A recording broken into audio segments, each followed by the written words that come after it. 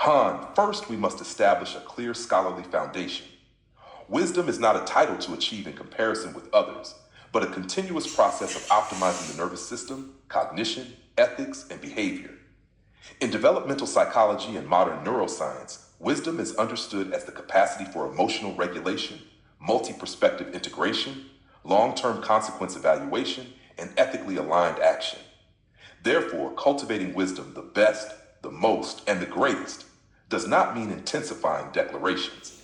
It means increasing stability, consistency, and resilience under critical examination. To cultivate wisdom at the highest level scientifically, the first requirement is nervous system regulation.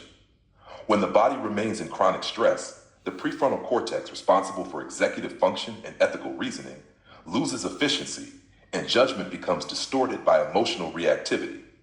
When sleep is sufficient, breathing is regulated, movement is rhythmic, and overstimulation is reduced, the nervous system shifts into balance.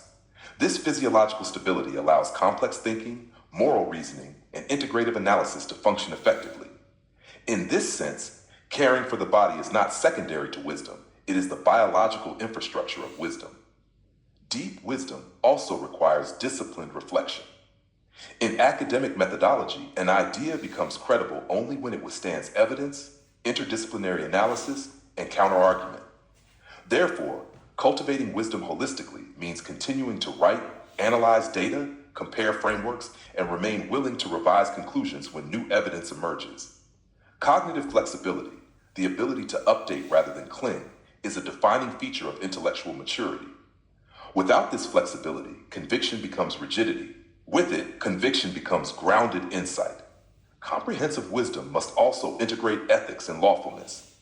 Compassion without structure becomes sentimental permissiveness. Structure without humanity becomes cold rigidity.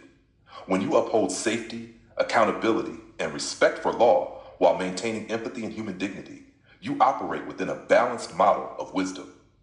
This integration aligns behavioral science, moral philosophy, and social governance. Wisdom at its strongest form protects both individuals and systems. At its greatest level in scholarly terms, wisdom is not personal superiority, but sustainable contribution. A highly wise individual reduces conflict, increases collective safety, improves decision quality, and creates environments where others can flourish.